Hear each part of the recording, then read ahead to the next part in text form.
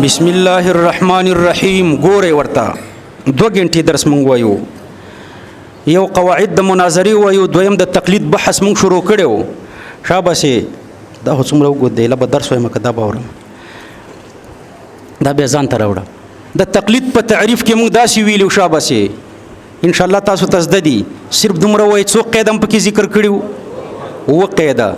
په اجتهادي مفتابه مسائلو کې د غیر مجتهد د پاره بغیر د مطالبه د دلیله د داسې مجتهد د خبرې منل چې داغه مجتهد واله په شرعي دلیل سره ثابت وي، داغه مذهب اصولا و فروعا مکمل مدونی او داغه مذهب مقلد ته په تواتر را رسیدلی وي. نو اول قید پکې څو په اجتهادي مسائل څو دي؟ تیر درس کې مونږ ویلو اجتهادي مسائل څو دي شاباسي 15. اول مسائل غیر منصوصه، دوهم مسائل منصوصه متعارضه، دریم مسائل منصوصه محتمل التاویل، څلورم مسائل منصوصه مجمله، پنځم مسائل منصوصه غیر متعینه الاحکام. د دې قید د توضیح نه مونږ فارغ شویو. صحیح شو؟ اجتهادي مسائل دا 15 دي. بیا مې په دې کې تاسو ته سوال او جواب هم ذکر کړو چې اجتهادي تقلید په دې اجتهادیاتو کې کیږي. نو اجتهادیاتو کې نو تاسو ته مې سوال او جواب داسې ذکر کړو. اول سوال وکټوریان وای قرآن او حدیث ته ده، نو تقلید ته څه ضرورت ده؟ جواب ورکړئ قرآن او حدیث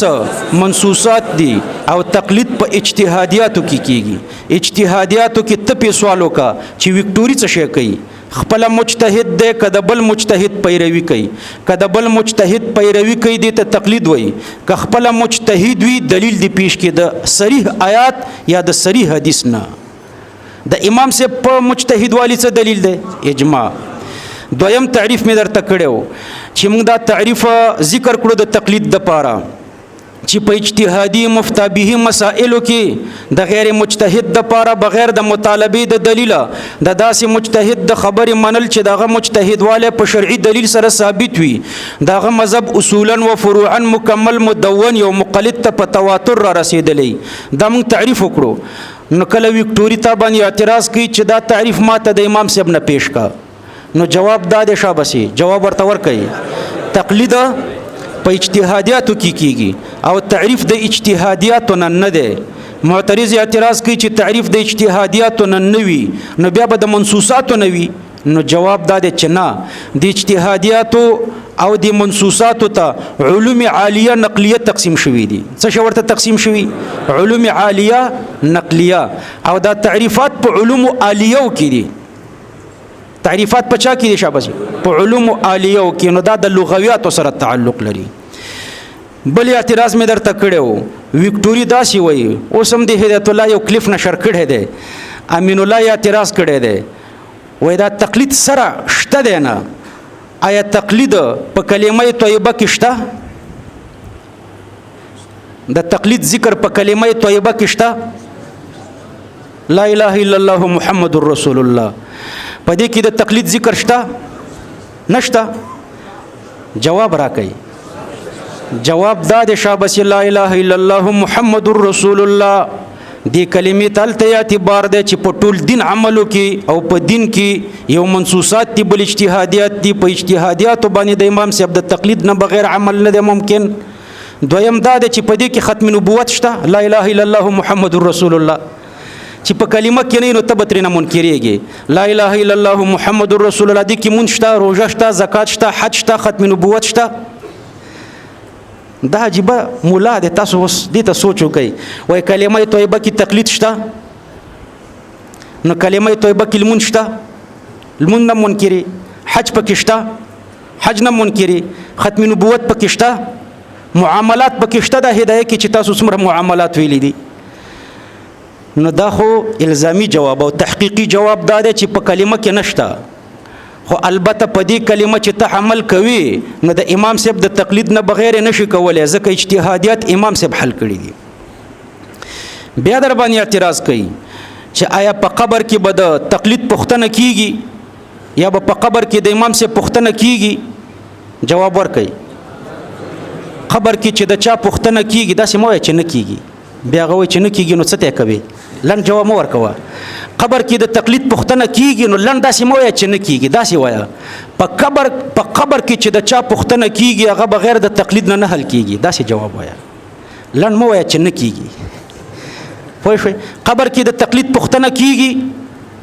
جواب وکړئ قبر کې چې د چا پوښتنه کیږي هغه بغیر د تقلید نه حل کیږي ځکه قبر کې د دین پوښتنه کیږي کنه او دین کې اجتهادیت شته کنه نو د اجتهادیت بغیر د تقلید نه حل کیږي قبر کې د دین پوښتنه کیږي دین کې اجتهادیت شته او اجتهادیت بغیر د تقلید نه حل کیږي نو قبر کې چې ته جواب ورکوي دا به د امام سے په برکت ورکوي او د تقلید په برکت به ورکوي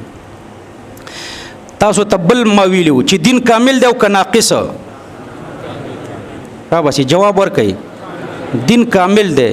خو په دې کامل دین کې یو منصوصات دي بل اجتهادیت دي په دې کامل دین باندې عمل کول د امام صاحب د تقلید نه بغیر نه دی ممکن دین کامل دی که ناقص دی دین کامل دی خو د امام صاحب د تقلید نه بغیر ور باندې عمل کول نه دی ممکن په دې اجتهادیاتو په حصہ د امام صاحب د تقلید نه بغیر ور باندې عمل کول نه دی ممکن بل اعتراض ما درته کړو وکټوریان داسې وایي زه اهل حدیث یم زه په قرآن او حدیث باندې عمل کوم ولې په قرآن او حدیث باندې عمل کول څه بد کار دی ورکړئ جواب مکمل قرآن او مکمل حدیث باندې عمل کول ښه کار دی او په نیم قرآن باندې عمل کول بد کار دی په نیم نه کول په نیم احادیث باندې عمل کول او په نیم نه کول دا بد کار دی وکټوریان په نیم عمل کوي په دې منصوصاتو او په نیم نه کوي چې د اجتهادیات دي او که وکټوري درته وایي چې زه په دواړو عمل کوم په منصوصاتو هم کوم په اجتهادیاتو هم کوم نو درته وایي زه اهل حدیث یم په قرآن او حدیث عمل کوم او په مکمل کوم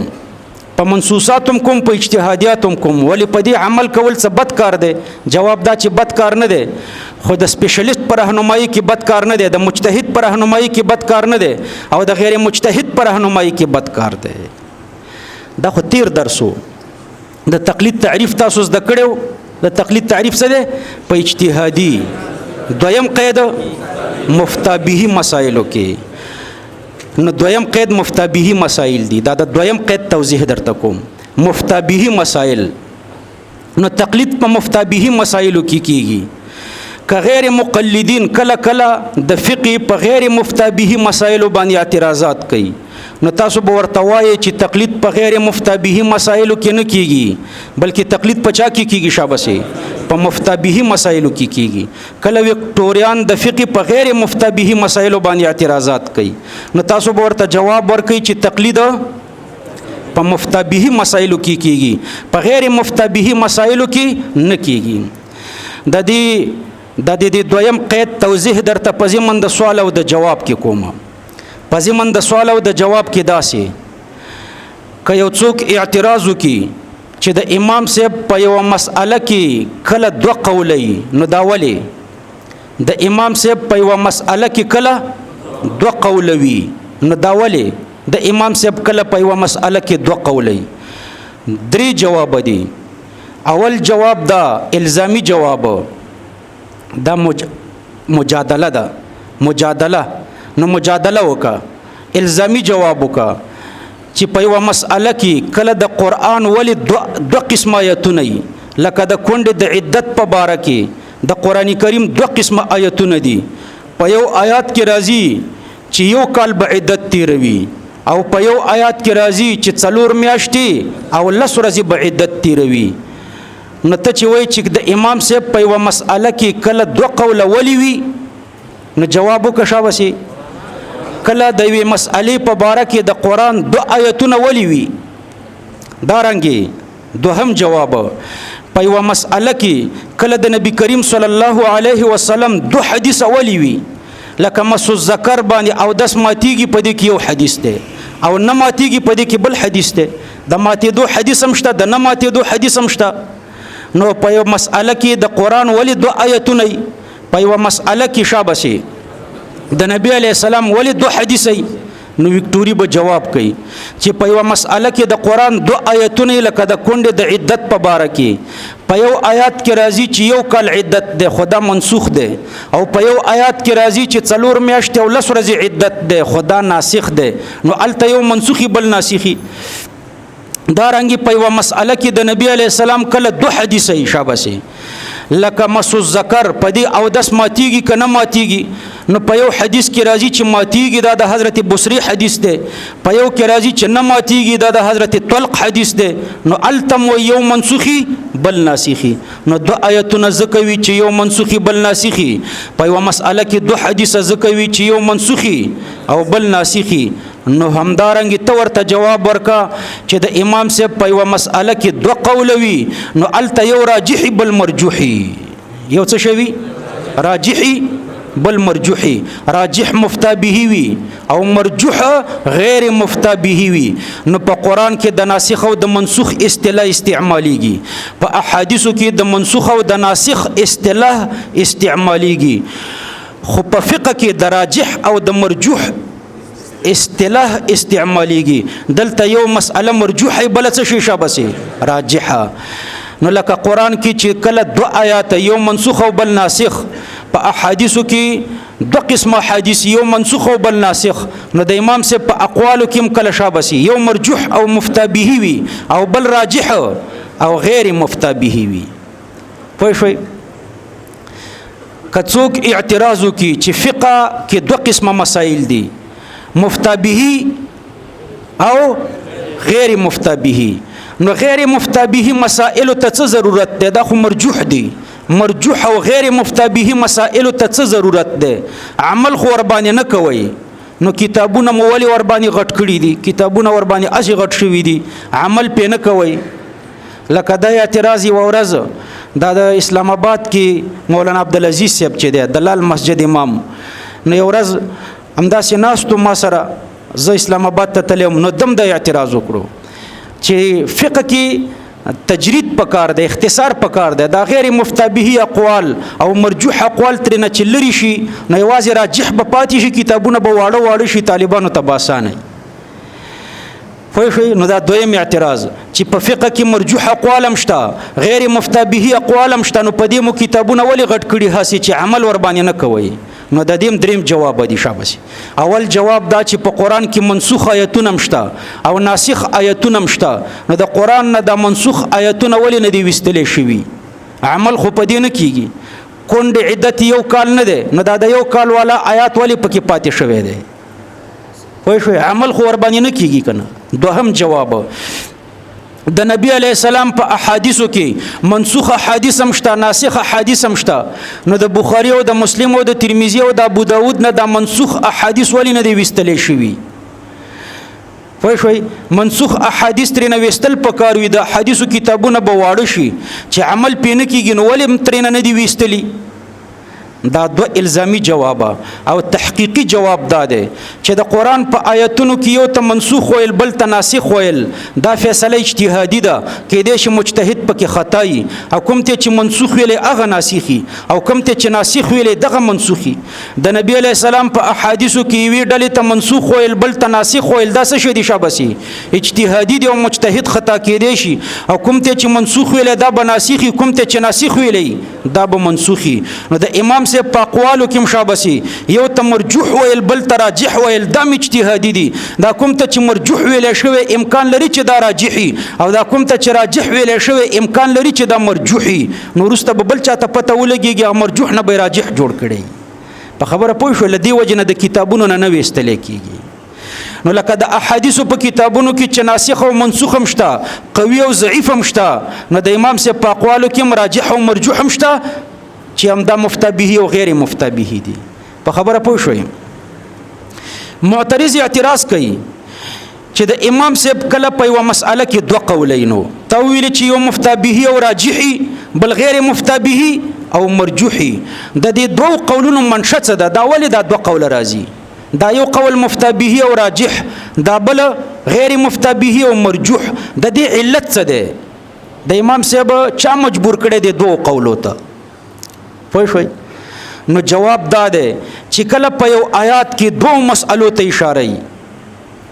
یا په یو حدیث کې 2 مسئلو ته اشاره بعضی دلایل یوې مسئلې ته ترجیح ورکوي او بعضی دلایل بلې مسئلې ته ترجیح ورکوي نو ځکه د امام صاحب پکې دوه قوله راشي پوه شوئ په یو آیات کې کله دوه مسئلو ته اشاره وي نو امام صاحب دواړه مسئلې ذکر کړي په یو حدیث کې کله دوه مسئلو ته اشاره وي نو امام صاحب دواړه مسئلې ذکر کړي ځکه حدیث کې دواړو ته اشاره ده نو بعضې دلایل یو ته ترجیح ورکوي بعضې دلایل بلې ته ترجیح ورکوي لکه مدت الرضاعت ماشوم به تر کومه د مور تیره وي څو کالو پورې ماشوم به تر څو کالو پورې د مور تیره وي نو مدت الرضاعت په دې کې د امام صاحب دوه قوله دي یو قول پکې دا دی چې مدت الرضاعت 2 کاله دی ماشوم به تر 2 کالو پورې د مور تیره وي دا قول راجح او مفتا به دی دوهم قول د امام صاحب پکې دا دی چې ماشوم به تر 2.5 کالو پورې د مور تیره وي دا مسئله مرجوحه ده او غیر مفتا به ده نو 2 کاله او 2.5 کاله دوه قوله د امام صاحب راغله کنه دا دوه قوله ذکر راغله چې په یو آیات کې د دواړو ته اشاره ده یو آیات کې الله پاک فرمایي والوالدات يرضعن اولادهن حولين كاملين لمن اراد ان يتم الرضاعه والوالدات مور او پلار دا مورګانی يرضعن دا بته ور کوي اولادهن خپل بچیو ته مورګانی بته ور کوي خپل بچیو ته تر کومه پوری حولین کاملین 2 کاله راغله کنه نو دا د امام صاحب یو قول شو دا صراحتا ذکر شو 2 کاله ذکر شو نو 2 کاله صراحتا ذکر شو نو دا د امام صاحب یو قول شو دا مفتا به او راجح قول دی او دا 2.5 کاله اشارتا ذکر شوی دی داسې الله پاک فرمای فإن ارادا فصالا 2 کاله بعد کچرته د دوی اراده وا چې د تینې بیل کی معلومیږي دا چې د 2 کلو نه بعدم د تید ورکولو گنجائش تا ځکه که گنجائش نه وي نو فإن ارادا به نه ویلې دا د تینه بیلول به د مور او د پلار تر ارادې پورې نه معلق کوله دا د تینه بیلول چې د مور او د پلار د ارادې پورې معلق کوي معلومیږي دا چې گنجائش شتا فإن ارادا پدې کې اشاره راغله چې د 2 کلو نه زیادت ته گنجائش تا اوس د 2 کلو نه زیادت په تر کومه پوری وي نو په بل آیات کریمه کې الله پاک ذکر کړی دی چې وحمله وفصاله 30 شهرا غي پورته کولی په غیګه کې او د تینه بیلول به 10 میاشتې وي 10 میاشتې 2.5 کاله دي کنه ګوره 2.5 کاله نو 2 کالم راغله دا په عبارت ثابت دی 2.5 کالم راغله دا په چا ثابت دی فإن ارادا په اشاره ثابت دی نو په یو آیات کې دواړو ته اشاره ده نو چې په یو آیات کې دواړو ته اشاره ده لدی وجنه امام صاحب 2 قوله شو 2 کاله ځکه دا صراحتا په آیات کې راغله 2.5 کاله ځکه دا اشارتن په آیات کې راغله ده بیا امام صاحب فرمایي فقها فرمایي چې مدت الرضاعت 2 کاله ده 2 کاله پکار دی چې مور ماشوم ته تی ورکی او حرمت الرضاعت تر 2.5 کالو پورې دی تر 2.5 کالو پورې چې ماشوم د مور ته وروي نو دا خزه مور کیږي رضاعي مور ترې نه جوړیږي حرمت الرضاعت تر 2.5 کالو پورې دی او مدت الرضاعت تر 2 کالو پورې دی اوس په مسله پوه شوي نو دا یو مفتا به شو بل غیر مفتا به شو نو پدې د یو بیا د وکټوري اعتراض د فقېږي یو وکټوري دی ځان ته لیکلی وای ابو حنیفه ثانی وای زه دویم امام ابو حنیفه یم بیا داسې وای ولکه د امام صاحب چې کله په یو مسأله کې 2 قولې نو زمام کله په یو مسأله کې 2 قولې وای زه ابو حنیفه ثانی وای زمام کله په یو مسأله کې 2 قولې امام صاحب خو مجتهد دی دغه په اجتهادیاتو کې کله 2 قولې نو ته چا مجتهد کړي چې ستا په اجتهادیاتو کې 2 قولې ته خو ګستاخي نو ستا په ګستاخیانو کې کله 2 قولې یو ګستاخی دی کړی وي بل ګستاخی دیم کړی وي نو د ګستاخ 2 ګستاخیانی وي او د مجتهد 2 اجتهادیات د مجتهد 2 اجتهادیات او د ګستاخ 2 ګستاخیانی وي دا د مفتا به تفصیل می درته وکړو ان شاء الله چې زده شو کس ده نه شو د امام صاحب په یو مسأله کې 2 قوله ولي وي راکې جواب د قران په یو مسأله کې 2 آیتونه کله ولي وي ها د نبی علی السلام په یو مسأله کې کله 2 حدیث ولي وي زه درته جواب درکوم هغه کې یو ناسخی بل منسوخی قران او حدیث کې جواب ورکړي د امام صاحب په اقوالو کې یو راجحي بل مرجوحي پوه شوي هلته په حدیثو کې یو قوي وي بل ضعیفي نو دلته هم داسې وي شابسي یو راجحي بل مرجوح. معترض اعتراض کوي چې امام صاحب دا د راجح قول او د مرجوح قول ولي کوي خو یوازې د راجح قول به کړي دا د مرجوح قول ولي کوي په مرجوح ولي قول کوي. جواب ورکوي کله په یو آیات کې د دواړو ته اشاره ای دو مسألو ته لکه مدت الرضاعت 2 کاله او 2.5 کاله نو دواړو ته په آیات کې اشاره راغلې ده نو ځکه د امام صاحب پکې 2 قول شي. پوه شئ د تقلید تعریف کې اول قید دا چې په اجتهادي مفتا به مسائلو کې د غیر مجتهد د پاره زده شو د غیر مجتهد د پاره نو تقلید په غیر مجتهد باندې واجب دی. په دا دریم قید باندې ډیر اعتراضات د فقېږي تقلید په چا واجب دی په غیر مجتهد. ګوره اول اعتراض تا اول اعتراض دا دی وکټوریان تاسو ته وایي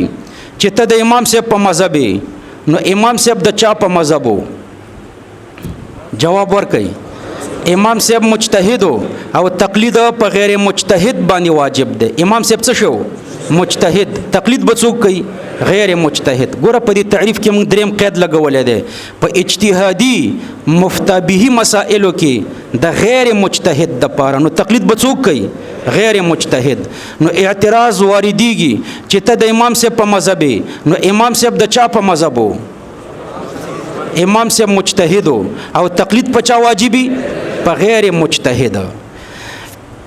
نو امام صاحب مجتهد او مقلد نو خو غیر مقلد هم نو غیر مقلد دی ته وي چې نه مجتهد نه مقلدي امام صاحب خو مجتهد وکنه. دویم اعتراض واردېږي چې مقلدین تقلید ته واجب وي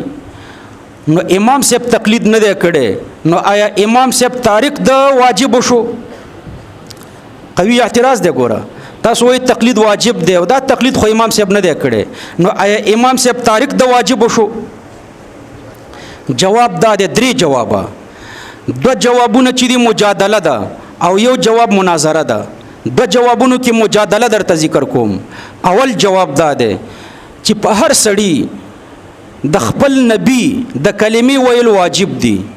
هر انسان به د خپل نبی کلمه وایي نو موږ ټول د محمد علیه السلام کلمه ویلې ده چې لا اله الا الله محمد رسول الله. اوس کته اعتراض وکي چې تاسو خو د محمد علیه السلام کلمه ویلې ده محمد علیه السلام د چا کلمه ویلې ده د کوم نبی کلمه ویلې ده؟ نو جواب دا دی چې هغه د بل نبی کلمه نه ده ویلې هغه خو خپل نبی دی. نو دلتم داسې ده امام ابو حنیفه د بل چا تقلید نه کوي هغه خو خپل مجتهد دی. تقلید خو په غیر مجتهد واجبي امام صاحب خو خپل مجتهد دی. دارنګي دوی وایي چې ته د امام صاحب په مذهب نو امام صاحب د چا په مذهب دی نو ته ورته وایا چې په ټولو مؤمنانو د جماعت المنځ واجب دی یا سنت مؤکده دی د جماعت المنځ واجب دی. نو د مقتدیانو خو د امام په اقتدا کې المنځ وکړو امام د چا په اقتدا کې المنځ کړی دی؟ نو دوی جواب کوي چې امام خو خپل امام دی کنه هغه د بل امام په اقتدا کې المنځ نه کوي. نو همدارنګه مونږ هم دلته وایو چې امام سے خپل مجتهد دی هغه د بل چا تقلید نه کوي هغه خپل اجتهادیات راوباسي د قران او حدیث نه. خو شوي تقلید به څوک کوي غیر مجتهد. دریم اعتراض ګور اول اعتراض یې دا چې ته د امام سے په مذهب امام سے د چا په مذهب جواب ورکړي امام سے خپل مجتهد تقلید واجب دی نو آیا امام سے تارک د واجب شو؟ نه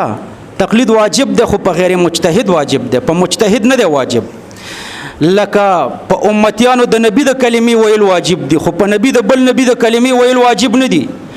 په مقتدیانو د امام په اقتدا کې المنځ واجب دی خو په امام د بل چا په اقتدا کې المنځ نه دی واجب.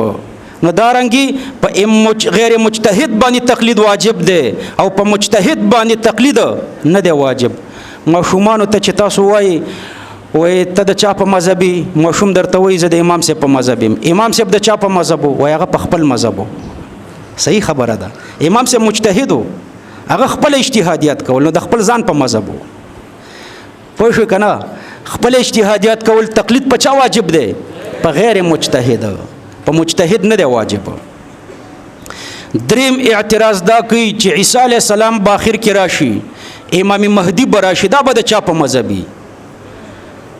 نو دا خو به مجتهدین کنه وسه دا غیر مجتهدین بنئ چې امام مهدی شو خو مجتهد شو کنه. عیسی علیه السلام پیغمبر شو نو د مجتهد نمبر شو، مجتهد لاندې پرېښودو. تقلید خو به غیر مجتهد کوي. د دوی په باره کې پوښتنه مه کوه چې دا به د چا په مذهبي، دا خو به مجتهدینی.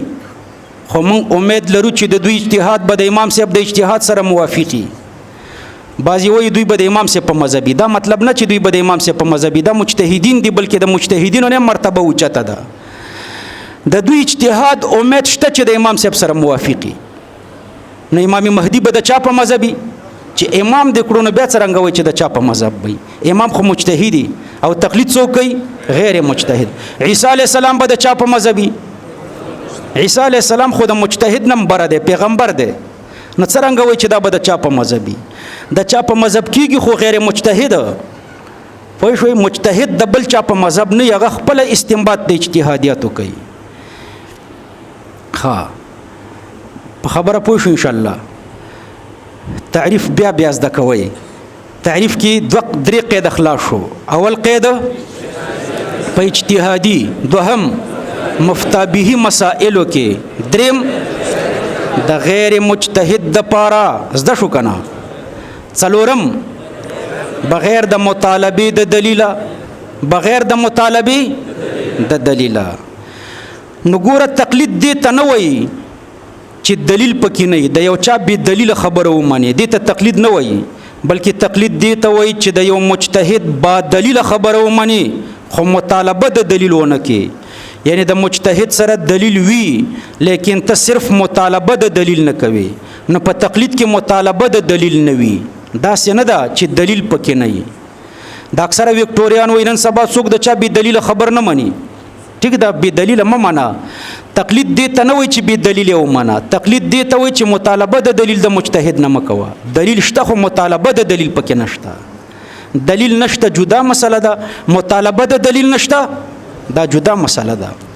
د دې دواړو په مابین کې فرق دی. دلیل نشته دا جدا خبره ده، مطالبه د دلیل نشته دا جدا خبره ده. یو څو مثال ورته پیش کوو. تاسو کې څوک حج او عمرې ته تللی دی؟ لاسونه جګ کوي. څوک تللی دی؟ ښه لږ تللی دي، زه خو نه یم تللی، انشاءالله چې لاړ به شو. حج او عمرې ته چې تاسو لاړ شئ، هلته د حج او د عمرې د ټولو مناسکو تفصیلي دلایل تاسو ته یاد و؟ په کوم دلیل مو طواف کړی دی، په کوم دلیل مو سعیه کړې ده، په کوم دلیل مو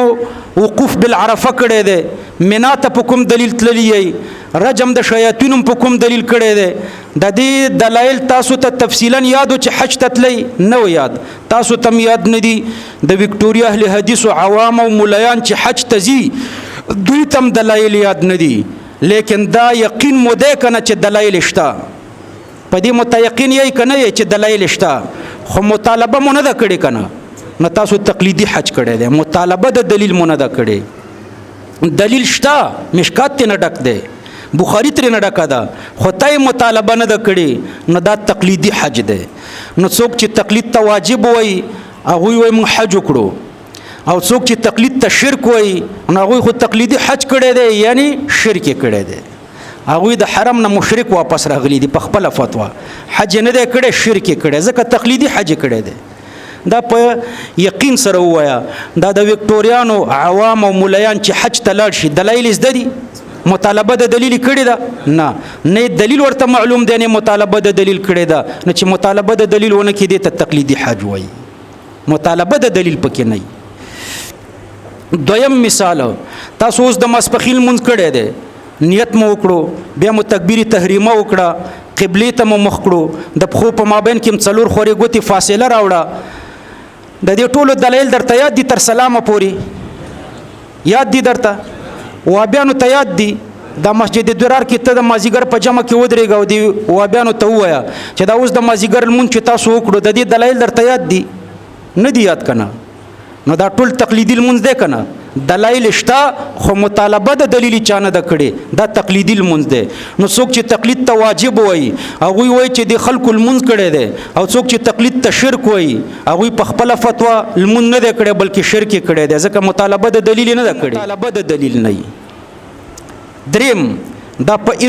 اربونو مسلمانانو د قرآن کریم تلاوت کړی دی او کوي یې، لیکن الحمد ز تاسو ماته جواب راکئ الحمد دا حمزه ولی مفتوحه ده دا لام ولی ساکن ده الحمد ح باندې ولی زور ده میم باندې ولی سکون او غړوندې ده دال باندې ولی پیخ ده دا د پیخ دلیل خمزه ده د مبتدا ده خو دا نور خم نه دي زده کنه وابیانو تم نه دي زده وابیانو ته وایه زمونږ طالبان خو درس وایي هغوی خو درس هم نه وایي نو دا تقلیدي تلاوت دی پوه شوئ که نه دا څه شی دی شابسې تقلیدي تلاوت وابیان هم کوي موږ هم کوو خو موږ تقلید ته واجب وایو نو موږ وایو دا تلاوت موجب د ثواب دی او وابیان تقلید ته کفر او شرک وایي نو چې هغوی تلاوت کوي په خپله فتوا کافران او مشرکان دي موږ ورته نه وایو په خپله فتوا ځکه تقلیدي تلاوت کوي دلایل یاد هم نه دي مطالبه د دلایلو هم نه ده کړې که مطالبه وکړي پوهېږي هم نه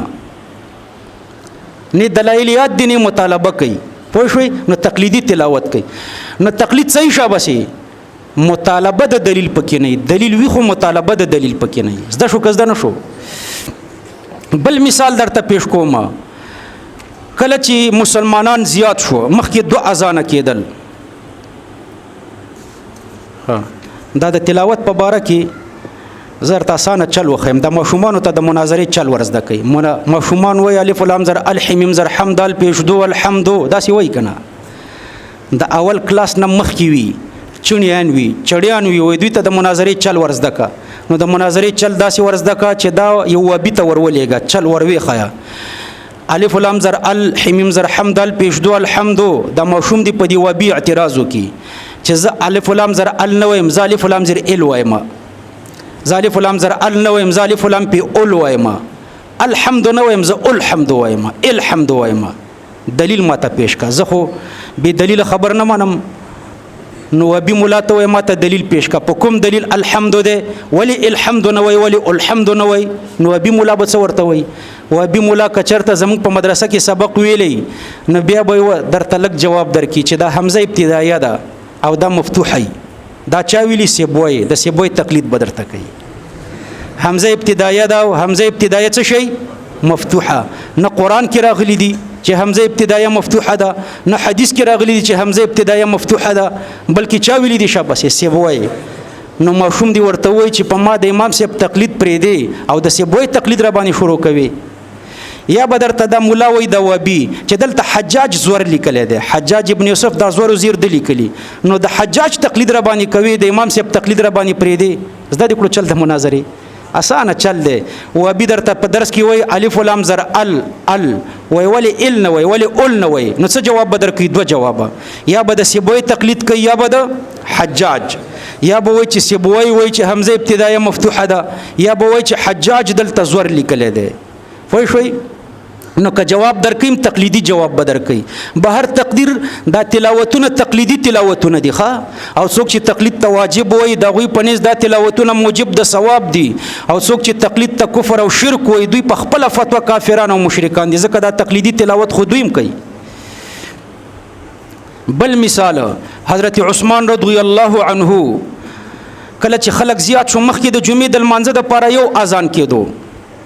چې کله خلک زیات شو حضرت عثمان بل اذان زیات کړو 2 اذان اوس کیږي دا یو اذان حضرت عثمان زیات کړی دی حضرت عثمان مجتهد کنو اجتهادي فیصله وکړه یو اذان زیات کړو یو صحابیم اعتراض ونه کړو ټول صحابه مطالبه د دلیل ونه کړه چې څومره صحابه چرته نه د ثابته چې چا د مطالبه د دلیل کړی وي دته تقلیدی اذان وای دا ټول د حضرت عثمان سیب تقلید شو حضرت عثمان اذان زیات کړو کنه حضرت عثمان مجتهد دی اجتهادي فیصله وکړه اذان زیات کړو صحابه کې هیڅ چا اعتراض نه کړي نه مطالبه د دلیل کړي دا چې مطالبه د دلیل ونه شدي ته وای تقلید نو ټول صحابه د حضرت عثمان تقلید وکړو په دې مسأله کې خلک وي د صحابه په زمانه کې تقلید وکنه ولې نو دا تقلید دی کنه دی بل اعتراف بل مثال درته وایم اسلام حق دین دی که باطل دی حق دین دی د حقوالی دلایل څه دي اکثر ته نه دي یاد ته قصه خانه کې ودرېږه د عوام ورونو ته ووایه چې اسلام حق دین دی او که معاذ الله باطل دی نو څه به درته وایي حق دین دی په کوم دلیل سرونه به ټیټ کړي دلیل به یې نه زده دا تقلیدی اسلام دی ښه دا د عوامو کوم اسلام دی شابسي تقلیدي.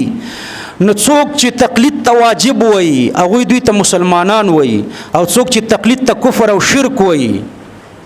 دا وابیانو تم دلیل نه دی ازدا نو دوی په خپله فتوا کافران او مشرکان دي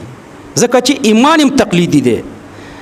د اسلام په حقانیت دلایل ورته یاد نه دي او نه مطالبه کړې ده. اخیری کې یو مثال درته پیش کوم. یو عیسوي دی مثلا رحمت مسیح نومیږي هغه زمونږ مدرسې ته مثلا راغلو هغه ته د عیسویت په بطلان دلایل نه دي معلوم د اوسنی عیسویت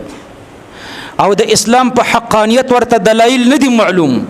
خو بیا مسلمانیږي نو د اسلامي تقلیدي دی که نه دی؟ تقلیدي اسلام راوړي ښه دا ایمانی تقلیدي دی.